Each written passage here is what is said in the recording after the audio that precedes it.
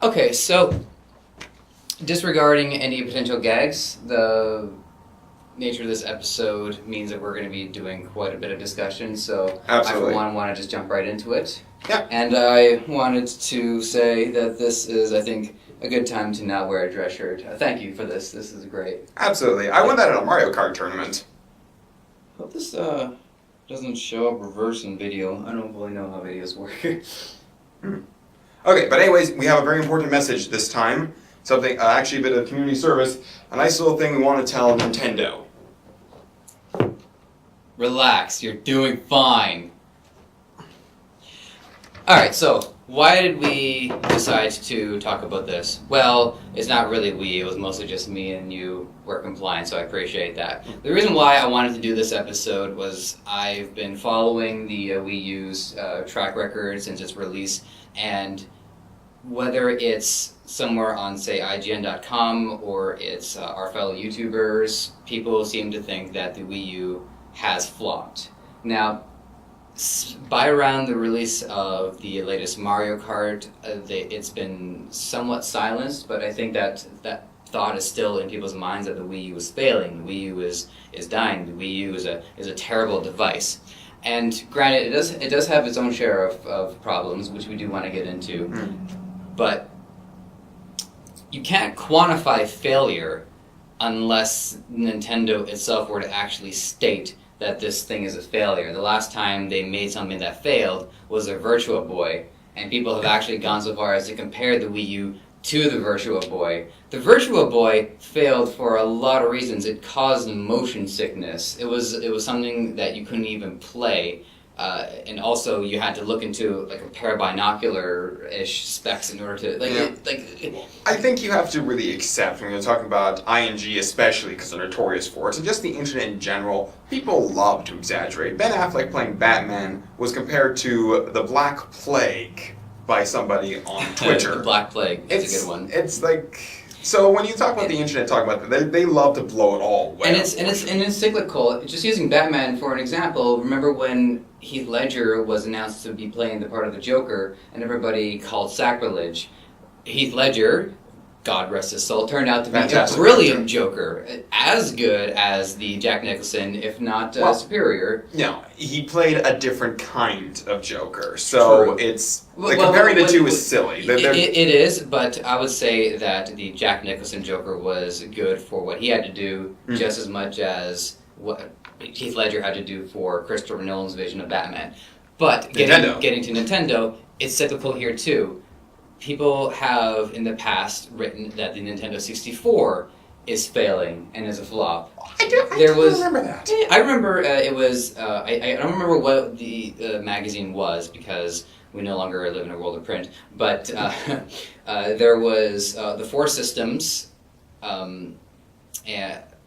being competing against one another. It was Nintendo 64, I think either PS1, Dreamcast, and then there was a fourth one which was I think I'm not exactly sure, but the Xbox didn't come in until way later. No, and the question was, will the Nintendo 64 survive? And this was just coming off on the departure between Nintendo and Sony, where Sony wanted to make some changes to the console Nintendo didn't feel comfortable with, so Nintendo decided, listen, we're just going to do it ourselves. And people spun it as Nintendo abandoning Sony at the last minute, which in a way it kind of was, but Nintendo has always been devoted to their vision of how games should be played, and they didn't want to compromise on that. That's not the same thing as abandoning somebody at the altar, which is, paraphrased, actually people did say that. And then we get to the GameCube, same thing. Well, the GameCube doesn't play DVDs and doesn't have online play, so clearly it's an inferior game system. It had online play. You just had it had minimal online play.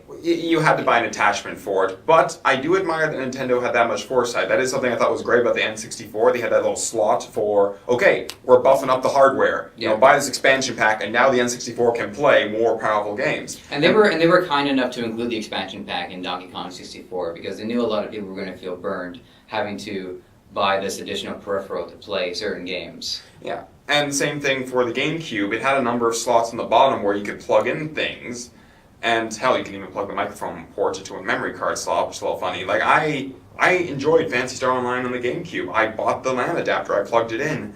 Mario Kart Double Dash Yeah. is LANable if you have multiple N64s with that adapter and you plug them all into a modem. It detects the other the systems. Game Boy Player was a great innovation. It was a way Yeah. to take these Game Boy games that you didn't always want to play because you ran out of batteries or something, or there were Game Boy games that you really wanted to play but you didn't have a Game Boy, so plug them in and play them on the big screen.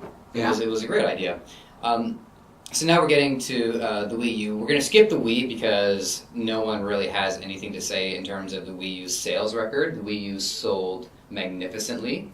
What's interesting, though, is what the criticism for the Wii was that the games library was oversaturated with crap because the success actually incentivized people to make these terrible, terrible games that took like a month's worth of development time, and people tried to buy them up. The Wii library was saturated with crap. The Wii, ladies and gentlemen, the iPhone store, touchscreen games, XBLA. Like, you want to talk saturated with crap? Like, yeah. Okay, but it's funny. It's like Nintendo and Apple do get compared a lot aesthetically as well as in the way that they created their products. They are very sort of clean looking. Yeah, and for the while, because the Apple computers weren't as popular as the PCs, people compared the Nintendo GameCube and Game Boy as parallels to the iPad, or the iPod and the Apple computers. Yes, Nintendo made consoles, but their strong suit was their handhelds. And to this day, their handhelds still continue to be the strong suit. And I've actually got some sales records here sourced by VG Charts. The highest selling platform currently is the 3DS at 44.3 million. The PlayStation 3 is, that's PS4, 9.4 million. Pretty good. Pretty good. The Wii U is only at 6.9, and the Xbone is 5.1 million. So, the Wii U had a year-long head start over the Xbone, so that does account for part of the sales, but that to me doesn't say failure. That to me says slow start. And it's really easy in journalism to look at short-term setbacks and quantify those as failures when you're not looking at an overall long-term strategy. If these publishers were to announce in the next year and a half or 2 years that they are working on the next generation consoles, I, for one, am going to be seriously pissed off. Because way too soon. Way too soon. And furthermore, how many more times are we going to have to buy consoles before we have a machine in our house that is satisfying enough to keep us playing it in the long term? How many more times do we have to replace these systems? And that's there's a point that I was going to make, but we actually want to get to that later, so we're going to put that aside for now. Okay, well, I'm saying we do have those. It's called personal computer. Yeah. No, you're right. You have fans patching old games so that they'll work on newer systems. Like, there's some games that have just been completely forgotten to the ages of time, but you'll have a dedicated community, figuring out the problems are, getting it to work on Windows 7, putting it on good old games, and basically saying, hey, this is what inspired us to start making games in the first place. Yeah. There are still vanilla World of Warcraft servers out there if you don't want to play anything past Burning Crusade. That might actually get me in. Yeah, it's great because you have a much better chance of getting the name you always wanted to. I did one a couple of years ago. I went on as Heisenberg, and I was an alchemist. It was awesome. Yeah, okay, quick aside. I actually enjoy when characters don't look as good as they could, because the less work that goes into the character, the more you can sort of use your imagination to fill in the details. It's but anyways, that's All right, so here's an important point that I want to make. If you're going to look at overall sales as whether or not a system is succeeding or failing, you have to look at the kind of sales that these consoles are trying to achieve. Now, what I have here are the top 10 selling games on the PlayStation 3 and the Xbox. I didn't get the top selling games on the Wii because I'm pretty sure I can just name that off the top of my head. Probably. Do pre-orders for Smash Brothers count?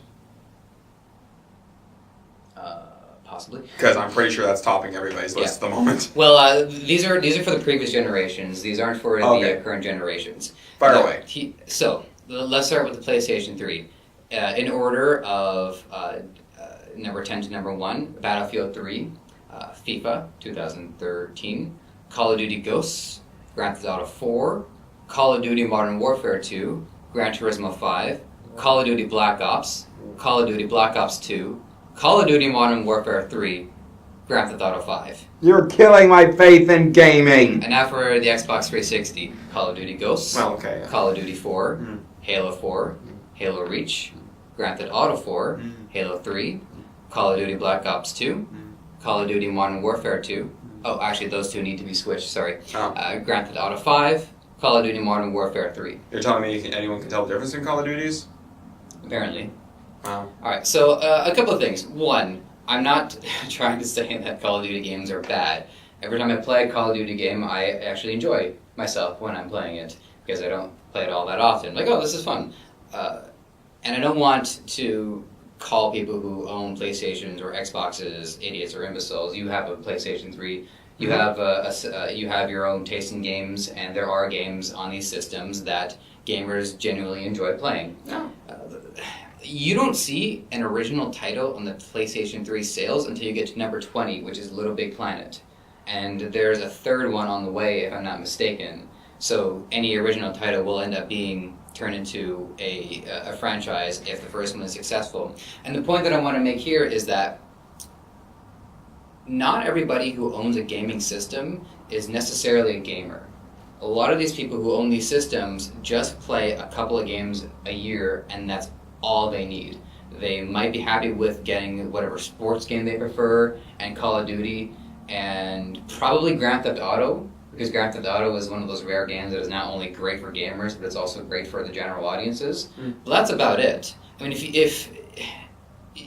if those games in particular weren't available, or if they were as popular on the Nintendo systems, it'd be a completely different picture. They would actually be in the same situation that Nintendo is in terms of overall sales, and possibly worse, because they aren't trying to appeal to the gaming crowd in the same way Nintendo is.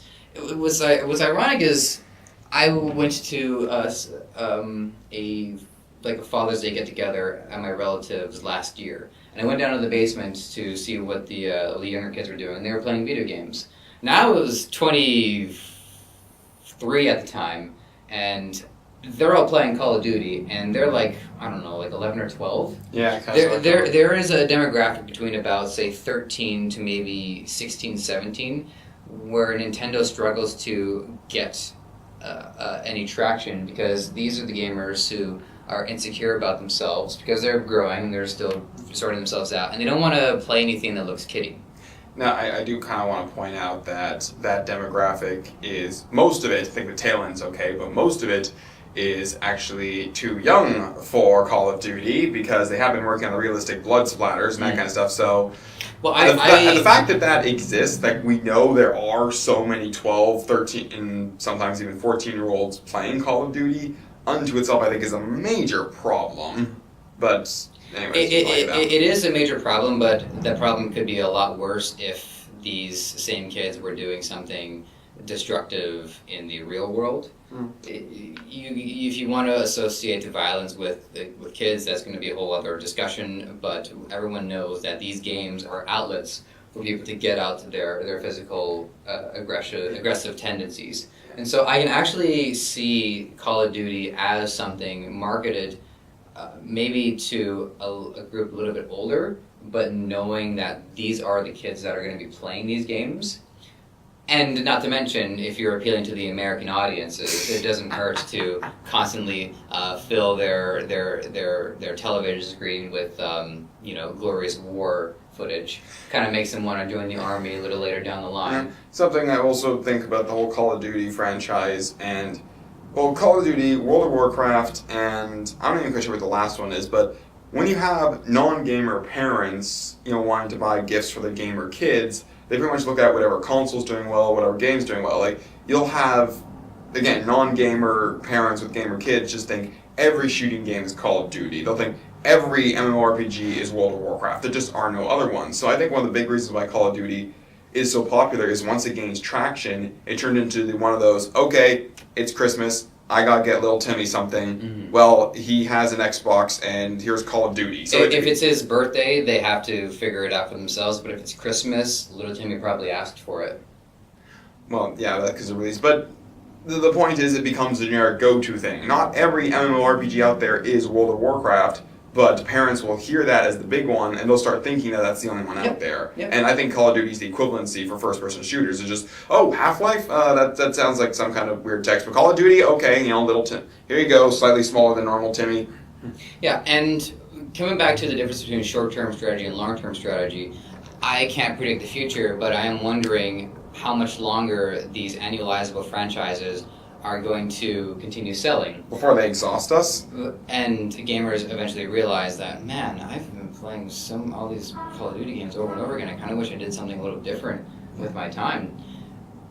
And that gets into what I think is one of Nintendo's strengths, is that just like with all the other publishers, is that they do use their franchise characters in repeated games, but whenever Nintendo puts out either a flagship Mario game or a flagship Zelda game, they try to make each one feel different.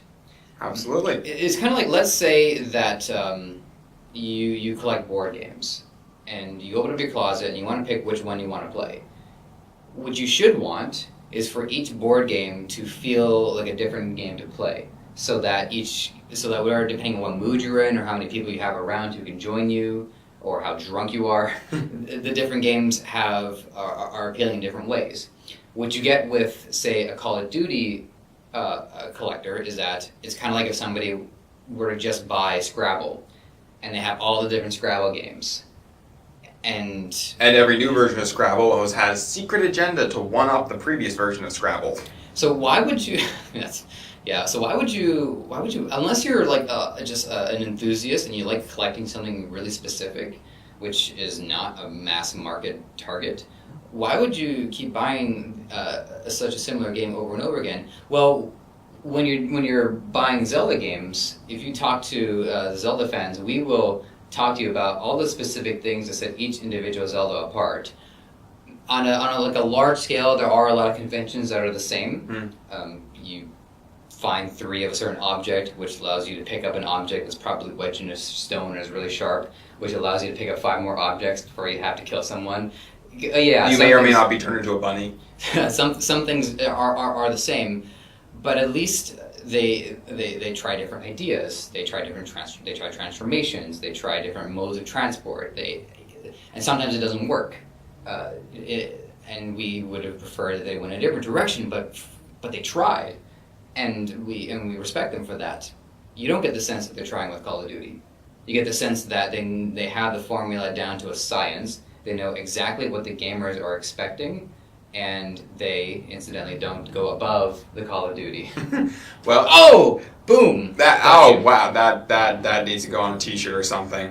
But, essentially Call of Duty franchises, we know what makes money, so, okay, we want another game. We want to make a couple of million. So we just take out our stencil, and we just color it in, and, okay, we need some new mechanics. So we'll take this dog sticker, we'll put it here. We'll take this satellite weapon, put this, sticker, put that there. We'll take reference to another video game, stick it there. Done. Package it for Christmas. All right, so I think we bashed Call of Duty enough in a Nintendo episode. Okay, in a Nintendo episode, okay. Now, talking about the Wii U specifically, is I have criticisms for Nintendo myself.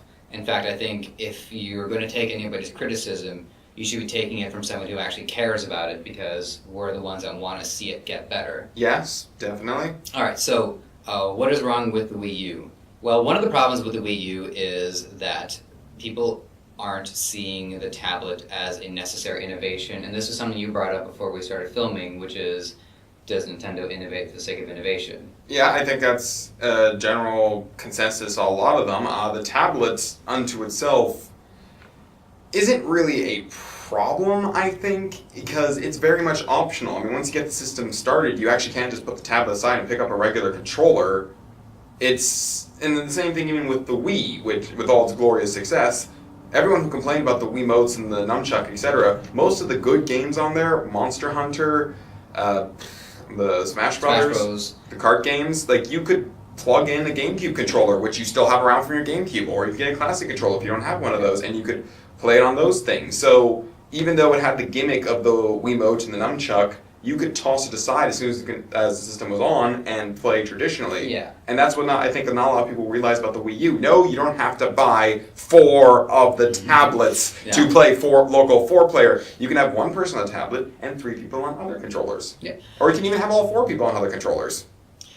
In order to understand Nintendo's thought process, you have to remember that as much as you think Nintendo is trying to use nostalgia to their advantage, they are only doing so in a very minimal capacity. What they're really doing is taking all of the elements and the assets and the mechanics and the conventions that they've succeeded in the past and are using those to this day because, speaking sorry, I don't know why I wouldn't try to do that. The games still work and are still fun to play. Yeah. The Mario Kart franchise actually is a fantastic example. You've got a lot of the simpler ones on the older systems. On GameCube, you have Double Dash, which I really love Double Dash. I don't know why so many people seem to bash on and hate it. I'm not going to call it the... Well, wasn't it kind of great that even with Mario Kart, which is such a simple formula, that just the difference between having 2 riders versus 1 rider has a huge impact on what the gamers like and exactly. what they don't. And the thing is, you could still do it single player, and all it meant you had 1 item on standby. What's wrong with that? Mm-hmm. And they did, a lot of mechanics in that then translate into later ones, and it's still something I can pick up and play with friends because the art style means the graphics have barely aged, and it's I'm not huge at kart games. Okay, that's fine. Take the back seat. That's fine. And then we look at the new one, and we see a system so mechanically powerful, we have full-on anti-gravity going on in completely inconceivable way. Like, you could take 2 different paths, and all of a sudden this guy's driving on this wall, and this guy's driving on this wall, and you can technically look up and see each other. And, again, you need a certain amount of processor power to pull that off. And now we have that, which is cool. So I can still pick up Double Dash and say, hey, I enjoy Double Dash, that's great. I can still go to your house and say, let's play the new Mario Kart where we can start driving on the ceilings. This is cool. Yeah. Now, I have to confess that I'm not even really that much of a Mario Kart player, to be honest. I love the Double Dash, and I picked up the Mario Kart Wii, but it got to the point where the people that I regularly play with, we couldn't get together often enough. Mm-hmm. And Mario Kart to me is one of those games that you need to have people around to play with you. Yeah. And that brings me to one of the problems that Nintendo hasn't taken enough lengths to solve, in my opinion, is their online play. Now, Nintendo's strategy has always been, let's come up with our own ideas, let's bring our own innovations to the table, but let's see what the other publishers do with their ideas and see if those are successful. Online play is one example of that. They did it in the most minimal capacity they possibly could on the GameCube, and on the Wii it was only slightly better. There were games that you can play online, but even when you went online, it wasn't as substantial as like the Xbox Live service. So Nintendo. Have you heard any of the stories of the Xbox Live service before you compare those two? Okay. At the time, I was hearing positive things about Xbox Live because although you had to pay a subscription, you got to play these games online. Okay, so I think in retrospect, we were starting to realize, well, hang on a second, how much did it really cost to? Not to mention customer service pretty much enjoyed screwing people over. Yeah. But anyways, I'm sorry. Yeah. I digress. So I mean, the Smash Brothers, for example, on the Wii. Didn't have tournaments, it didn't have leaderboards, it didn't have anything that I as a PC gamer was used to. And the reason why these things are important is because if you're expecting your player base to continue playing this game, then you need to continue supporting them, and you need to make sure that they can kind of fend for themselves once you're off doing other things. And lately Nintendo announced that they're shutting down online service for Smash Brothers, and I'm pretty sure for Mario Kart Wii. And that, to me, is a strike against pretty much anyone who does that, because what you've done is you've actually devalued your product, and something that we had bought the product thinking we could do, we no longer can do. Now, I think some Nintendo fans are going to figure out a way to bring these games back online if they want to. I think they accomplished it with Smash Bros. Melee. They'll figure it out, but that's the difference between a zealous fan base trying to get something that they want at no matter the cost, versus the publisher holding their end of a business agreement.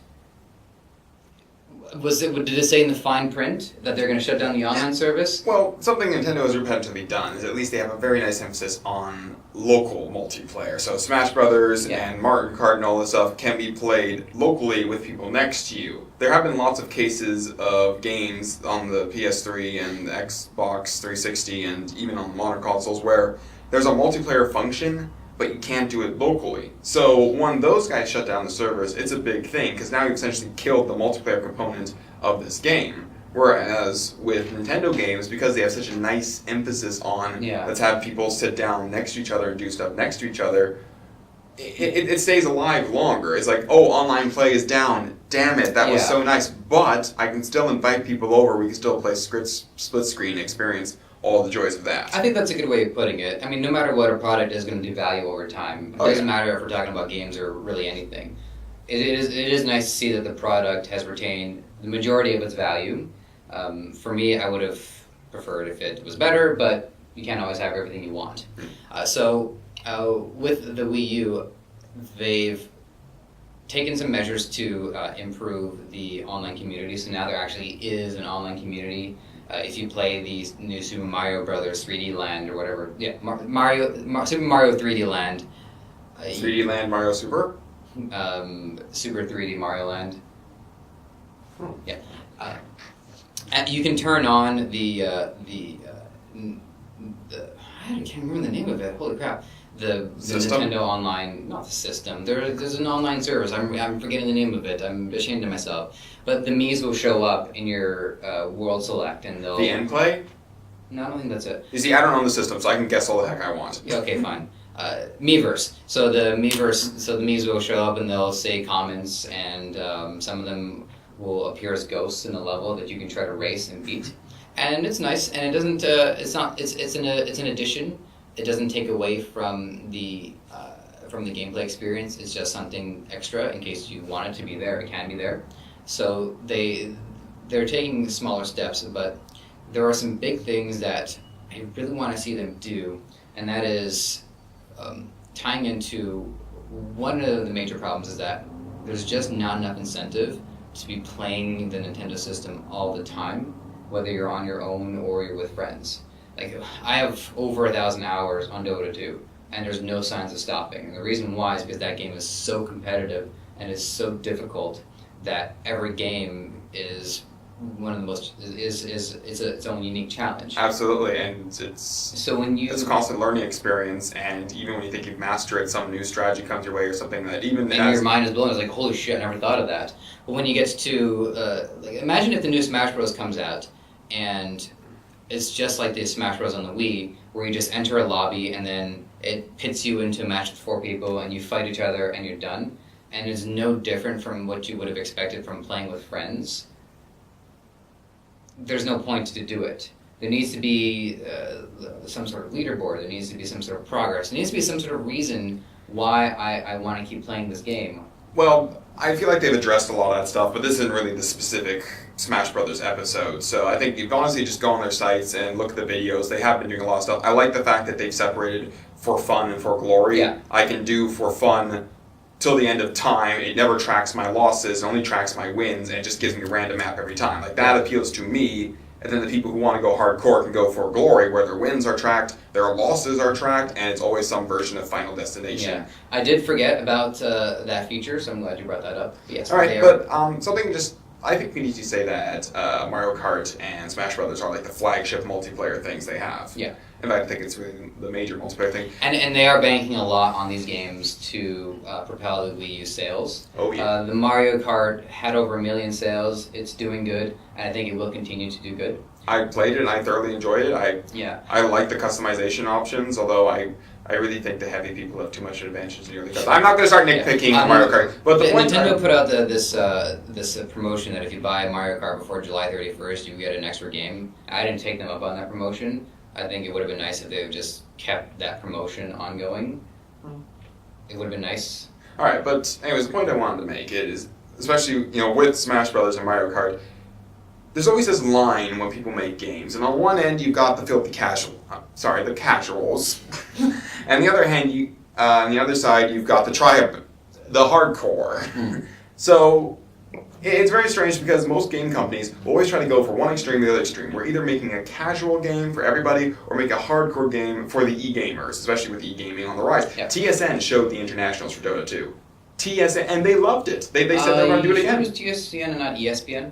It may have been ESPN. It was ESPN too. It wasn't the major channel. It was their spin-off channel that actually covers some of the more niche events. But they did say, hey, this was awesome. We love it. Let's do more of them. Mm-hmm. So, we're moving, Major League Gaming is moving on to national television, which I guess means buying the compendium isn't really worthwhile. I'm going to be buying the compendium anyways. But moving on, Nintendo games, especially these two multiplayer ones, really defy the bar, because I always feel like Smash Brothers and Mario Kart are more casual, but if you want to go hardcore, the option is there. Shove it up to 150, turn off items, play on Final Destination. If you want to treat this game hardcore, it is balanced within a couple of degrees of a full competitive game, and you can just go ahead and say ban this character, now it is a competitive game. And that gives it so much longevity, because you can play with your friends, and it's designed to play with your friends. Look at all these wacky maps, look at Hyrule Castle. And when you're playing with your friends, it still gets pretty competitive. For me, the Smash Brothers has always been a way for my friends and I to get together and just go at each other. I'm more interested in playing it with friends than I am online, although that may change. Yeah, but the point is, they go back and forth on the scale so easily. You can approach the game how you want to play it. Do you want to just do a Mario Kart game with a bunch of friends? You can do a Mario Kart with James. You can laugh every time someone fires off the bullet bill, and you can the squiddy, oh no, and just drive into a wall intentionally. Or you can say, this should be real, son. Turn on mirrored mode and go ballistics on Rainbow Road. And the fact that these games are able to do both of those things so easily, or even just scale back and forth. Do you want to maybe only have certain items on, but not all items? Do you want to maybe have a simplified map that's just a platform with a couple things floating above it instead of just Final Destination boredom? And Nintendo has always, I think, been able to fill that niche between approach the game with what you want to do for it. And that has at least given, especially those two flagship multiplayer franchises, just so much life behind them, because it's what you want to do with them. And especially in terms of Smash Brothers, I think the universal call is that they're just always so faithful to the characters. I mean, let's look at Pikachu. Can't combo to save her life, but great dash attacks and able to come in, burst amount of damage, get away, nice quick attack, and a couple of almost magic-like things with the lightning and the thunder. And there's all these neat techniques like jumping through the air, firing off thunder, and then the thunder is where you fired it off, so now it's a little bit off from where your character landed. And it's very faithful to the character, and every other character as well. Samus has out melees range characters, outranges melee characters. Yeah, she's an agile powerhouse. Her suit covers all ground. Exactly, and using the bombs and utility and charge well is basically a matter of using all these tools you have at your advantage, using the grappling hook to save you from falling off a ledge. Yeah. I don't even think can Link do that? With the grappling hook? Or the... I'm surprised I did that. With his hook shot? Yeah, he can grab the ledge. Yeah, but that's an interesting piece of... Well, I mean, talking about Link, because of course I'm going to fucking talk about Link. Did this surprise anyone? Link is a character that approaches things in everything is a problem. I just need the tool necessary to solve it. So he doesn't use his sword as a weapon the way Marth uses his sword. Marth dances with his sword. He's like a graceful swan with his sword. Link's just well, I'm pretty sure if I swung this as something that gets hurt by it, problem solved. So, and you notice that his fighting style is very all right, I'm going to swing forward. All right, now I'm going to swing upwards. He's not a warrior. He's just a guy with a bunch of tools. And then the rest of his special moves, aside from the spinning sword attack, which is just all right, there's a lot of people here. If I spin in a circle, I'm going to hit everyone with a sword. But you don't have full hearts. Yeah. He throws boomerangs, he uses his bow, he throws bombs. He just has different objects to approach each situation as best as he can. He's got the hook shot. Bowser is somebody that... Even when he's walking, you feel the ground stomping. You want to feel powerful when you play Bowser. Oh yeah, there's the whole pose. Even just walking around with the claws upturned and just it's all of them are very faithful. I mean, we look at the videos we see of Mega Man. He moves still, naturally because he's a full 3D character, but he has the standard jumping animation. He has the sliding. Like, all of it is very faithful to what he does. And his special ability is pretty much going to be whip out Leaf Shield, whip out Crash Bullets, whip out Fireman stuff. And again, like, his recovery is, here's Rush and there's a spring. Well, that's something he does in the game. Sonic the Hedgehog wasn't even a Nintendo character. Yeah. He's a guest character that Nintendo's just welcomed with open arms. And Sonic is a fast character, and they had no problem making him go fast. Okay. I know, like, all his abilities are based around him curling up into a ball and hitting somebody, but like, you feel like you're playing Sonic the Hedgehog when you play that character. Exactly. Yeah. So one of the things that I want to get into, one of Nintendo's major problems, just shifting gears because we can go all day talking about Smash Bros, is that Nintendo's release window is lackluster compared to the release windows of Sony and Microsoft. Now, I think the easy thing is to compare them to Valve because they release volumes compared to them. True. And I'm disregarding the shovelware games that don't even get any fanfare. They just kind of show up. All the systems have that. All the systems deal with that. And I think all the systems should be a little more responsible in making sure that these games aren't total crap, but whatever.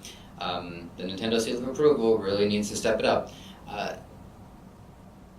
Problem number one is that if you're going to develop a game for a Nintendo system, it doesn't matter what brand you work for, or what developer you're a part of, or who's publishing your game. You are making a Nintendo game. You need to approach the game with Nintendo's design philosophy. Shigeru Miyamoto put it in the most simplistic way possible, which is when you press A, your character should jump. Not you press A, your character should jump when it looks good for your character to jump.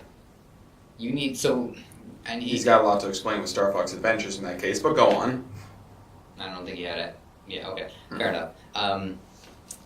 So a great game that's just come out that feels like a Nintendo game is Shovel Knight, and it looks like a retro game. I think they went for the 16-bit or 8-bit aesthetic. I think 16 has got more than 5 colors to it. And it's a simple game. It has some simple mechanics that define who the character is. The shovel actually is used as a shovel. He digs things up, and he also uses it as a weapon. I mean, there's a character that would be perfect in Smash Brothers because his gameplay defines who he is. Other developers will define a character and then allow them to do specific things depending on the context that you as a player never really felt like you could have done. Just because you press a button and the character latches onto a wall. I don't want to bring up any specific examples because I don't want to call any games bad for doing it, but it's a difference between a character whose entire personality is based off their playstyle versus just a character that happens to do things. Yeah, I see what you mean. So when you're putting out, say, I don't know, just use an example, Assassin's Creed on the Wii U. If you're using the tablet for some additional features, good job, thank you. But what you should have done was focus on just making one Assassin's Creed game for the Nintendo system. Because a Nintendo console is unique in that you only need one entry per series on the system to make your consumers happy. If only one Zelda game shows up on the Wii U, fine, as long as it's good. If only one flagship Mario game shows up, great, as long as it's great. Metroid, we would like you to show up. Anytime now. Yeah. If they do a sequel, okay, all right, fine, whatever. But the important part is that they get the entry on the console. So what I would like to see is a specific Assassin's Creed that maybe approaches with a different art style, that maybe approaches with different gameplay mechanics, that takes Altair or whoever they're going to use and makes him more Nintendo-like. It gives him abilities that are a little bit more exaggerated, but because they exaggerate his moves, they allow him to do things that are a little bit more gamey and a little bit less realistic and trying to go for immersiveness. You know what would be a great game for Nintendo systems? BioShock. Artistically, it does not fit in with the other games on the PlayStation or the Xbox. Artistically, it's like a Disney series. It is a perfect fit for Nintendo. A lot of the mechanics, like the sky hooking and the plasmas, They're exaggerated. They fit. And don't tell me Booker DeWitt wouldn't be an awesome character to show up in Smash Brothers. Don't tell me he wouldn't be an awesome character. I'm not gonna say that. I'm not gonna say that. Yeah. Have Elizabeth show up as an assist trophy, and she like pulls a tear open, and something comes out. Like that would be great. So she'd be a Pokeball unto herself. Yeah, one of the plays Nintendo made that I love them for is they took Bayonetta from another system and they put it on the Nintendo because they saw that Bayonetta is over the top, just insanity, and Nintendo's not afraid to do mature games. Like Eternal Darkness was great. Eternal Darkness is one of the very big, like that is one of the games that actually got into your head after you turned it off, or even when it was on with the whole your memory card's been erased and stuff like that. Like when Hideo Kojima does it, we get annoyed or we go, oh, it's just Kojima. But when it happens when you're actually running around in Eternal Darkness and your sanity's depleted and the pictures are watching whatever and you turn it off and then turn it back on, it's like it's gone. Like that actually gets to you in your head. You're not just, oh, it's Kojima. It's like shit. And the insanity meter is a game mechanic. Yeah. It's not just like this funny thing that they're doing. It actually ties into the gameplay and it ties into the overall narrative. Eldritch Horrors. Yeah. That's not really a spoiler, right? It's the Necronomicon. Everyone knows the Eldritch Horrors. Yeah, that said, you should still play Eternal Darkness if you haven't yet. It is a really great game. You really want to ask your friends though first, because if you're going to actually procure it on your own, you're probably looking at what, $80 at this point. Yeah, that's probably safe. But yeah, so even if you're doing ultra violence or if you're doing overt sexuality or whatever, you can still do it in the Nintendo way, which is to make it fun. Yeah. Make it silly, make it challenging when the player knows what they're doing, and make somebody like actually enjoy playing it and not feel like they're just guiding somebody through their own movie story. I actually really like the Bayonetta example. That was fantastic. Like I played the original Bayonetta. I thought it was fantastic, and one of the main ththings was it was very much committed to what it wanted to do. Yeah. Like I notice a lot of games when they try to go over the top or do funny things, especially when you look at most comedy movies, like they'll do it and they'll turn around and sort of wink at a camera. So that way people who enjoyed the joke enjoyed it, but then like people who didn't enjoy the joke, oh, wasn't that so silly? Wasn't that so clever of us? And Bayonetta committed to it. Like, this is our message. This is what we're doing. If you don't like it, then get the hell out, because the couple of hours of your life are nothing but more of this, ramped all the way to 11. But if you stick around, she is going to take you on an incredible journey with some fucking brilliant gameplay. I do think there could have been less anti-gravity platforming. That did just start making me a little motion sick after a while. And if you haven't played Bayonetta, here's the best part, is that the original Bayonetta comes with Bayonetta 2. With Nintendo costumes. You can dress up Bayonetta as Link, give her the katana, and just go nuts on... Oh, strap bazookas to her legs, which is actually something you can do in the game, as Link, or as Samus. And Sonic the Hedgehog was another one. I'm trying to like Sonic the Lost World. I have the demo for it. Every time I get I wish you luck on that. Truly. And I go to the level, and I really want to like this game because I like what they're doing with it, and I like that Sonic can actually now control whether or not he wants to go at a brisk a jog or if he wants to go full dash. What they put out some DLC lately that it puts this level where Sonic is wearing Link's costume and he's running around a Sonic version of Hyrule. See, the idea there is not to make a Sonic Lost World 2, but to continue to work on Sonic Lost World for the duration of the Wii U. So it feels like it has more of a place in your collection, and it's not going to be cast aside once the replacement comes in. Once Lost World 2 comes in. Yeah, exactly. Hypothetically. Yeah.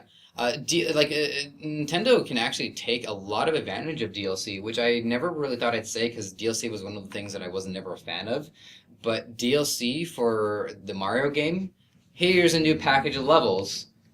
You don't have to play if you don't want to, but here you go. Well, I think one of the things I always liked about Nintendo was the fact that they do have a bit of a version of DLC. If I do buy the new Smash Brothers, I feel very confident that I'm going to get the Smash Brothers game for the price of Smash Brothers. Mm-hmm. Like, I don't see Nintendo as the kind of person who would take this flagship multiplayer, icon of the franchise and say, okay, do you want to play as Zero? Do you want to play as I actually can't think of too many people they haven't included at this point in either assist trophy or main form. Beautiful Joe. Beautiful Joe. Still waiting on Beautiful Joe. Okay, so if you want to play as Beautiful Joe or Zero from Mega Man Zero or like any of these characters, they're now available as DLC. Which and that's sorry. Keep going. Well, in a fighting game, especially when a new character is released, I, at least as a player, always feel a little bit as disadvantaged because at the very least, I want to shove them into training mode and have them attack me, so I've got an idea what their mechanics are. Yeah. And when fighting games do that, I feel a disadvantage because I go online and spontaneously this person can hit me, cause a mini stun, and based on how many stacks of mini stun they have on me, they can blow hot chocolate bubble. Like they can do something. I would say they need to pick and choose very carefully which games have DLC and which ones don't. Yeah, Smash Brothers. Smash Bros. No. All the characters they do intend to put in there in the beginning. That's one of the reasons why I never got into the new Street Fighter. I liked Street Fighter a lot when I was growing up. The new one's been re-released, I think, 4 different times. Yeah, and like, how many more times do I have to buy a game before I can just play? Like, I don't have to be anxious about making the purchase. Let's talk about the new character. Yeah. Which is pretty much a reskinned. Well, she has got a new moveset, but the design is literally a reskinned Cammy. I would say, I know you didn't play through Skyward Sword, but interestingly enough, I thought Skyward Sword is the only Zelda game that could have benefited from DLC, because the hub world was this gigantic sky, and it was arguably much emptier than people thought it would be. And in order to get to the Earth or ground level, you had to dive through these pillars of light in the clouds. Now, because sure beats TTC. Yeah, I mean, flying a bird, better than a lot of things. Now, these zones weren't interconnected, so in order to get from the fire zone to the forest zone, you had to go up to the sky, fly your bird over, drop down. I think because there was no interconnectivity to it, they could have gotten away with adding in more of these pillars down the line. Like, oh, here's a new pillar opened up for the ice world. Here's a new pillar that opened up for... I'm blanking on other worlds. Water. There's always a water temple. Yeah, I guess you could have done the water world. just jump down to a body of water. Well, all right. Oh, get down. Okay, so it's a ship filled with bad actors, and they all want to know where the land is, and there's a guy with the one eye. Yeah. That said, because Zelda prides itself on being kind of the storybook, fable, fairy tale adventure of the Nintendo games, I don't think a DLC would be appreciated. It needs to be a contained experience. You need to jump into this world, live in it as until you're done, or you've collected every single thing, and then close the book. Not to mention, like, if they did do DLC for Zelda, it would have to be some kind of self-contained story. Like, you arrive at a town, the town have had their women kidnapped by a local demon or something like that, and like it has to be sort of a self-contained experience. But the problem, especially with DLC, is when you buy it, you want to immediately use it, which is not a bad argument. So you can't exactly give them a dungeon and say you go through it and you get to a point it's like, oh no, sorry, you need the hook shot. Come back when you got that. That's actually annoyed me. Like this was a legitimate level in Arkham City. I put a bigger priority on one of the side quests because plot-wise, it seemed like the side quest was something that actually was going to be ticking down. People were going to be dying if I didn't do it. And because of that, I had a lot of trouble beating it because they said, like, oh, you should have the whatever power by now. No, I don't. No, I don't. He's in the other room. He's going to kill. Like, I figured out a way to cheat it, but coming back to that area later to explore for Riddler trophies, I realized, holy shit, they thought I would have this and this power-up by now. This isn't how you design an air. Like, they should be somehow mysteriously locked until I get those power-ups. I mean, DLC is something that can very quickly come across as dishonest. It's one thing to make a game and want to make a profit off of it. It's another thing to start treating your game like a business. Yeah. Where you're putting out content that you demand your players to like, that in many cases in the past should have been in the game in the first place. Now, on the other hand, there are some Nintendo games that would be brilliant if they started adding in expansion content. Look at Metroid. Samus Aran is a bounty hunter. She can get missions. Well, Samus, you've completed the main story mission. You've done the big one. In a couple of months down the line, she gets a report of another problem, and she has to fly to a different planet, and it's completely other incident. It has nothing to do with the rest of the game. And now the sole Metroid game on the Wii U is all about Samus going on these different adventures and hunting down different bounties, just like she's supposed to do because she's a bounty hunter. Yeah, I mean, F-Zero is this huge racing tournament. We just opened up a new track on the Fire Planet. Go check it out. It's like, oh yeah, the Fire Planet, that's safe. Like, we do Fire Planets all the time. Give me a break. And throw in new racers. Throw in anything.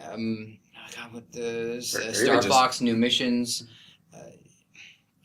So those are 3 that I can think of on the top of my head. Yeah, probably the others. And I do agree with the whole Star Fox and the Samus thing is they can't make ends meet every time the galaxy's in danger, so we all kind of know that there's side missioning going on. Now you're just making me think like Samus is actually really pissed off when she has to save the world. Like, I'm late on my bills. Can the Galactic Federation not do anything without me? No, but they would. Well, I'm saying they clearly compensate her, but the idea is not every time she steps out of the ship, is the galaxy in danger. Not every time she faces a superior foe, it's because they're part of some kind of organization of aliens that want to gather up the mythical MacGuffins to fire the laser beam. So, I can, as you said, easily see she's after somebody else, so she lands on an abandoned frigate to hunt them down. There's some, parasitical aliens all over the place, and she finds the bounty, who's apparently laid in traps for her. This would be an interesting, bit of a side challenge, and it fits in the canon. And same thing with Star Fox. Hey, Star Fox, you just blew up Andros again because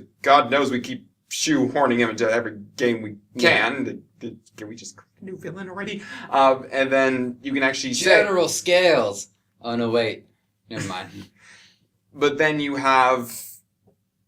can actually say, while you're in the area, we've got, our fleet is engaged with, this whatever pirate. Can you just go and lend a hand? That gets a little out of control, and therefore you got good 3 levels or so there, just taking care of that pirate. Yep. Okay, so I want to shift gears again, because I actually wanted to talk about the topic specifically for a moment. This is just something that I wanted to make sure I brought up before the episode was over, which is people are complaining about the battery life on the tablet, that it only lasts 3 hours before you have to charge it. What? And the charging system is a bit weird because you can't use it unless you're charging it, so you have to put it down on the cradle.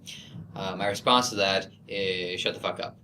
Shut the fuck up. Shut the fuck up. I need more context. There is a wire that plugs into this cradle that you put the Wii U tablet down on that charges it. Now, if you plug that wire out, there is a port in the tablet that you can plug that into and then charge the tablet directly while you play. So this whole lack of battery life thing is total BS. All you have to do is find a separate outlet that is closer to your couch than your television, plug the cradle into that, or plug the adapter into that, plug that into your tablet, and you're fine. Stop complaining about the battery life. Shut the fuck up. Is there something I'm missing? Because just from what you've told me, that sounds like a non-problem. There's just it is a non-problem, but exactly. I've seen people I've read about people complaining about the 3-hour battery life, and you know what? That is a bit of an issue because when it is plugged in, it is a bit cumbersome to have this wire around, but it's still a solution to the problem.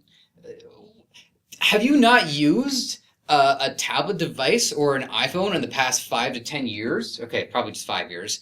The battery life on these things is getting worse. Yes. The more features, the higher the more software, the more processing power. Smartphones last maybe a day. I mean, people make fun of me for my older phone, but hey, it lasts a week and a half, even with regular usage, and that's what I expect a cell phone to do. Yeah. I mean, people are working on more efficient batteries, so the problem will sort itself out. No, because as we get more efficient batteries, we're also going to have more features shoved in. So, okay. Well, I'm holding out hope on this one.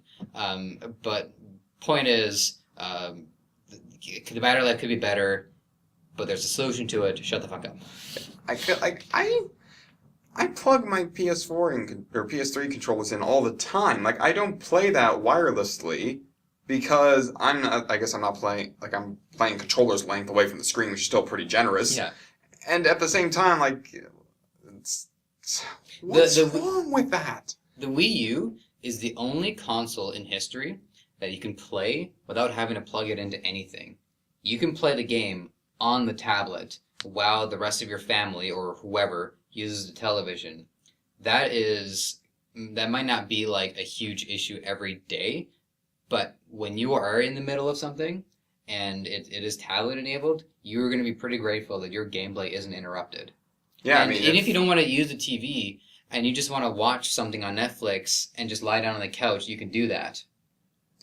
I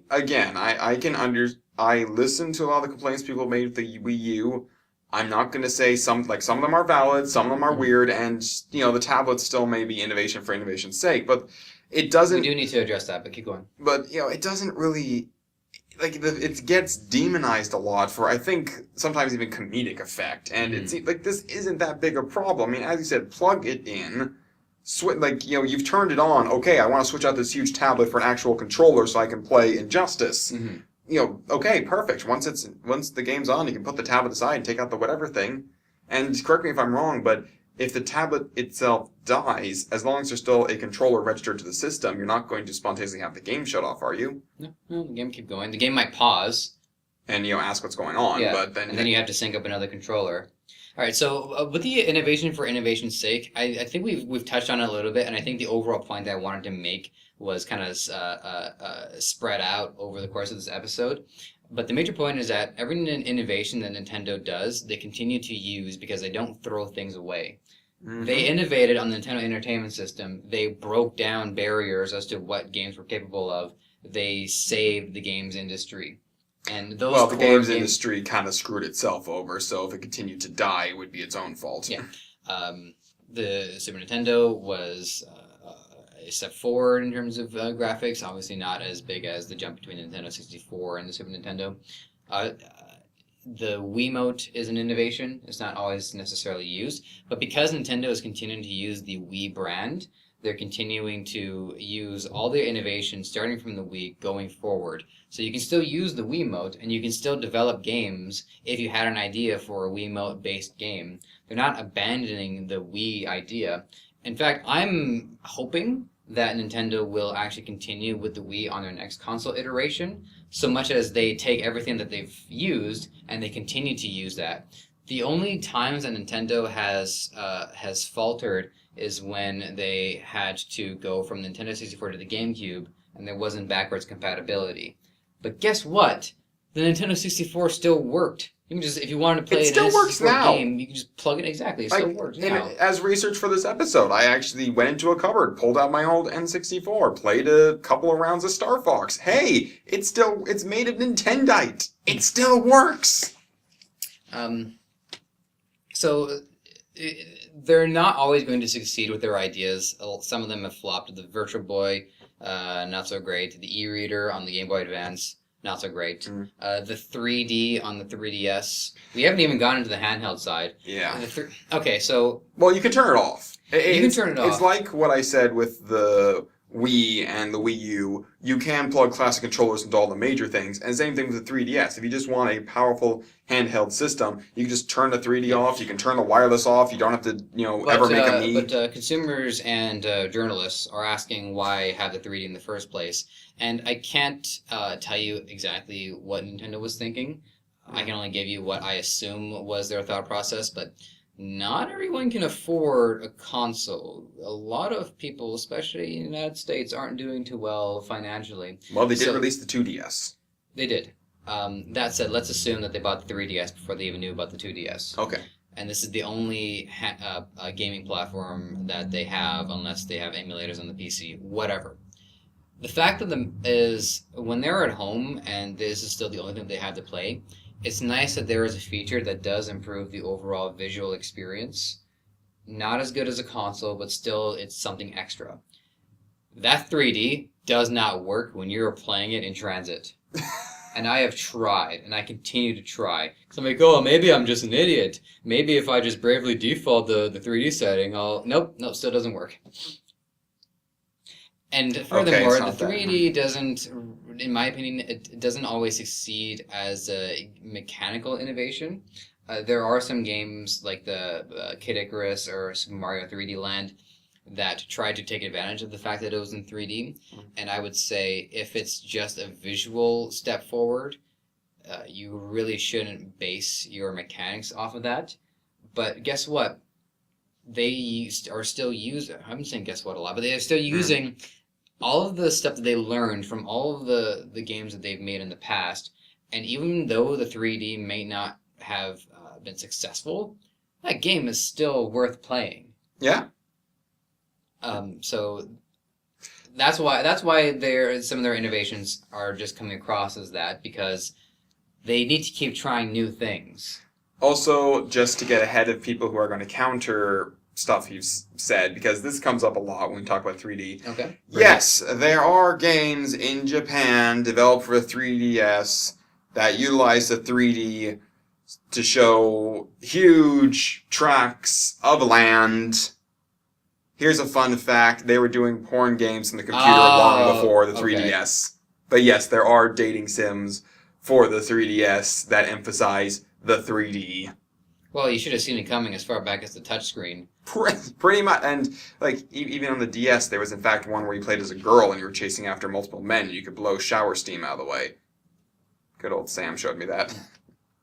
The last thing that I want to say is, I don't know how much longer the major publishers are going to get away with this weird form of communication where they'll say things to the media, then the media will report it, as opposed to just talking to us directly. Nintendo has taken steps to change that. If you watch a Nintendo Direct, it's a video that is Nintendo speaking to the players, personally, and it is a great step forward, but I am so done with the corporate attitude that these people have to put on when they're talking.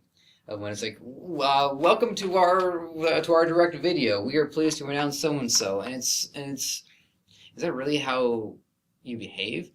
Well, I mean, if it's a corporate environment, they probably want them to behave like that. They need to behave happy. They need to behave positive. And if you're working for Nintendo, hopefully you're in a good mood, because there are worse places you can work for. You're working for Nintendo. Yeah, but the janitor at Nintendo is probably happy. Yeah, but a lot of the people that I like following are people that I get the sense are actually talking to me honestly. They have a personality. And yeah. But I'm not even saying like they have a personalities and they're very quirky. I'm saying it's not just a, like, thank you very much for joining. Like, they have a intonation that doesn't sound like they rehearsed the line. You exaggerate your character because you are being filmed, and you do want to put a little bit of showmanshipness, but salesmanship can be very quickly come across as dishonest.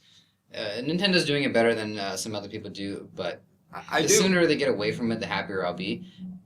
Okay, go ahead. Well, so I do sort of agree with you, because I notice a lot of games that I'm interested in or following, it seems like the newest trailers, the newest information always seems to pop up on a third-party site before theirs. Like I was looking at a game a while ago, and it seemed, again, all the newer trailers were on this channel, this site, etc. Yeah. And I go to their home sites, like, you still just have the default trailer here and, the information for the first set of characters. We've had, we've seen, there are trailers for the other characters, there are trailers for this, like, why is it that all the interviews are on other sites and all the comments are on other sites? Mm-hmm. So the fact that Nintendo at least is saying, for all things Nintendo, come to the source, I find is a lot better, because I don't have to go to a site or another site I don't trust, which is, reporting it with, happy girly eyes. It's actually, here's Nintendo's site with the official news and the whole story. Yeah. You're not going to see negativity in the Nintendo Direct. They do need to always put their best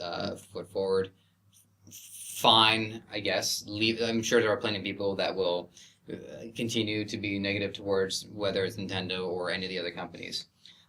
So we are already at the hour mark, and I was pretty sure we were going to go over an hour for this episode, and this is going to be the rare exception. There is one other thing that I wanted to make sure I talked about, which is a doomsday scenario where Nintendo goes out of business. Point number one, Nintendo is sitting on a lot of money. I can't remember the exact number. I forgot to look that up, but it's in the billions. Point number two, Nintendo is a games company. Everyone who works for that company, even down to the janitor, knows that their lifeblood is based off their games. They have to make sure that these games work, and they have to make sure that these games are fun, and that people aren't dissatisfied with the product. if, say, for example, Sony didn't put out another PlayStation, they said we're getting out of games, it's a little strange only because Sony itself is still going. So you have to wonder, well, what got them into gaming in the first place? Was it because they just wanted to make money, or was it because they really wanted to tell the story of Crash Bandicoot? It is a story to be told. Yeah, brilliant story. I really wanted to know why he spins the way he spins. What the hell's the mask's what problem? What were those fruits? I'm pretty sure they were apples, but I was never 100%. Really? I thought they're peaches. Yeah, okay, all right. No, to me, they seem a little red, but okay. Yeah, so they kind of... But Nintendo continues to print money on their handhelds. I, for one, am not worried of them going out of business, but let's say that they do. Crowdfunding. We're never going to not see these Nintendo games. Someone is going to buy the rights to them. Someone is going to form a studio to try to make them. The people who used to work for Nintendo are going to join up with other developers. As a matter of fact, if Nintendo actually went out of business and all the Nintendo franchises got spread to the four winds, that could actually be an improvement in a lot of cases, because sometimes we don't think Nintendo's putting out as many games as we want them to. Imagine putting Metroid in the hands of certain developers, seeing how they interpret it. Imagine Michel Ancel doing a Zelda game. He's a brilliant storyteller, and Zelda is a storybook game. Those two together would be great. Well, some of the best Nintendo games have been ones that have been collaborations with other developers. Well, I think we did mention before they tend to reuse a lot of things, but they reuse it faithfully. Like every Pokemon game they've put out, even if they have the one mechanic where, okay, now you have two Pokemon next to each other, and now we have this mechanic where you have this you can do, like, I guess Pokemon was the best example to start with. But the point is, every Pokemon game feels faithful to Pokemon. Every Mario game at its core is still a Mario game. Every Zelda game at its core is still a Zelda game. I mean, I will always like Link to the Past more than Ocarina of Time, which I think is pretty legit. Like, you're allowed to think that. Everyone... Exactly, but Ocarina of Time is still a great game, and I still consider it to be a Zelda game. It's just, a different one. And every Mario game still has the core. Here's this guy, he's jumping around. Here's all these cartoony objects with eyes on them that give you powers and all this stuff. So even though they do kind of reuse their stuff a lot, they're faithful to it. They don't turn around and spontaneously say Yoshi is now going to be this total badass with sunglasses, ride a motorbike. We have to find out of his cryptic past by doing branching storylines. I'm sorry, is everyone getting the hint here yet? Yeah. But again, they respect what they've done, and they continue to be faithful to it. They continue to, within its realm, treat it as it's supposed to be. They stick to the rules of the franchise. And for every time people say that they're using the same things over and over again, every time that they innovate, somebody else tries to steal from them. Sometimes it's pretty obvious. Case in point, motion controls. Well, I do believe Sony ripped into that when they first came out, and then they came out with their own, which I personally just find no end of, dudes, I have a PS3. Please stop making me look like an idiot. I tried to play Sony Smash Brothers. Oh, no, I didn't touch that. I don't like coming across as just like a fanboy who will refuse to like things in other systems. I like the Halo series. I would love to play them if they ever came out on the PC. Uncharted is a great story. I'd like to experience that. I'm not going to buy all three consoles. I got around to playing Sony Smash Brothers, and I have to say, holy shit, what the hell were you thinking? Well, that's actually a fantastic example, because going back to the whole, it's the experience you want, let's say you're playing Smash Brothers and you don't like the way people get ringed out. Like, you just build up damage percentage, you get knocked out. I believe pretty much everyone, maybe not the N64 one, but everyone past that, you can go into the options menu and say, hey, health mode. There, now it's a traditional fighter. You can have two people on Final Destination health mode, and it's basically now a traditional fighting game. You can, even go in and say, I don't want items, or I want all of the items, or just Smash Ball. Just Smash Ball. Infinite Pokeballs with house rule of you can't actually attack each other. Yeah, it's kind of like, you know how when you get a bunch of friends together to play a game of soccer and you impose house rules, these certain things aren't allowed? That game of soccer is unique to every other game of soccer ever played. So when you put in those different rules and it's just like all Pokeballs, you've just created a game of Smash Brothers that no one else has done. At I'm least sure in the everyone's span of about like 5 hours. I don't know. Yeah, I think everyone's done. But the way it plays out will be different. You choose different characters. You Mhm. pick a different stage. Maybe you have a different time limit. Maybe the damage is increased. Maybe somebody has a handicap. But the point is about the PlayStation All Stars thing is it was very much committed to you damage people, you get these orbs, use the orbs for your super attacks, and that's the only way to knock people out. Like it was very much this is how you are going to play the game. It had very few options for again doing the house rules of mixing up how you want to do it. Yeah. It was we made this game for you to experience your way, whereas Nintendo made a game to say what are you looking for? Here is the game. What do you want to do with this game? Yeah. Thank you. It's a thank you to fans. Yeah. It's a celebration of what gaming can achieve. It brings people together, it improves lives, and it makes people happier. Yeah, this is really doing nothing for the whole, not buying the 3DS thing. Like You need to get on board with that. All right. So the last thing I'm going to say is I need to fix the bike first. Don't stop being critical. Criticism is important because Absolutely. If no one tells you you're doing bad, then you don't figure out ways to improve. And if people want to hear about my criticism of a specific game or of anything, I'd be happy to give it. Yeah. Knowing that I want it to be better. A lot of people will be critical of something and then have somebody turn around and start defending it up the wazoo. Like, I criticized Riot a few times before I stopped playing League of Legends, and it seemed every time I did it, the next comment would be, an almost epic layer of insults and justifications and yada yada. Like, Riot isn't going to give you any Riot points for doing this. And, it is important to level the criticism. It's important to say, hey guys, why did you do this? This was a dumb idea, or, putting it some way. And Nintendo's not perfect. They've made a bunch of stupid mistakes. Yep. They've done a lot of silly things. I mean, I can't browse Netflix unless I use a tablet. That needs to be fixed. I should be able to browse Netflix using any other device. Like I can get to Netflix on the controller, but then I have to pick up the tablet. Fix that. Yeah, that should be a patchable thing.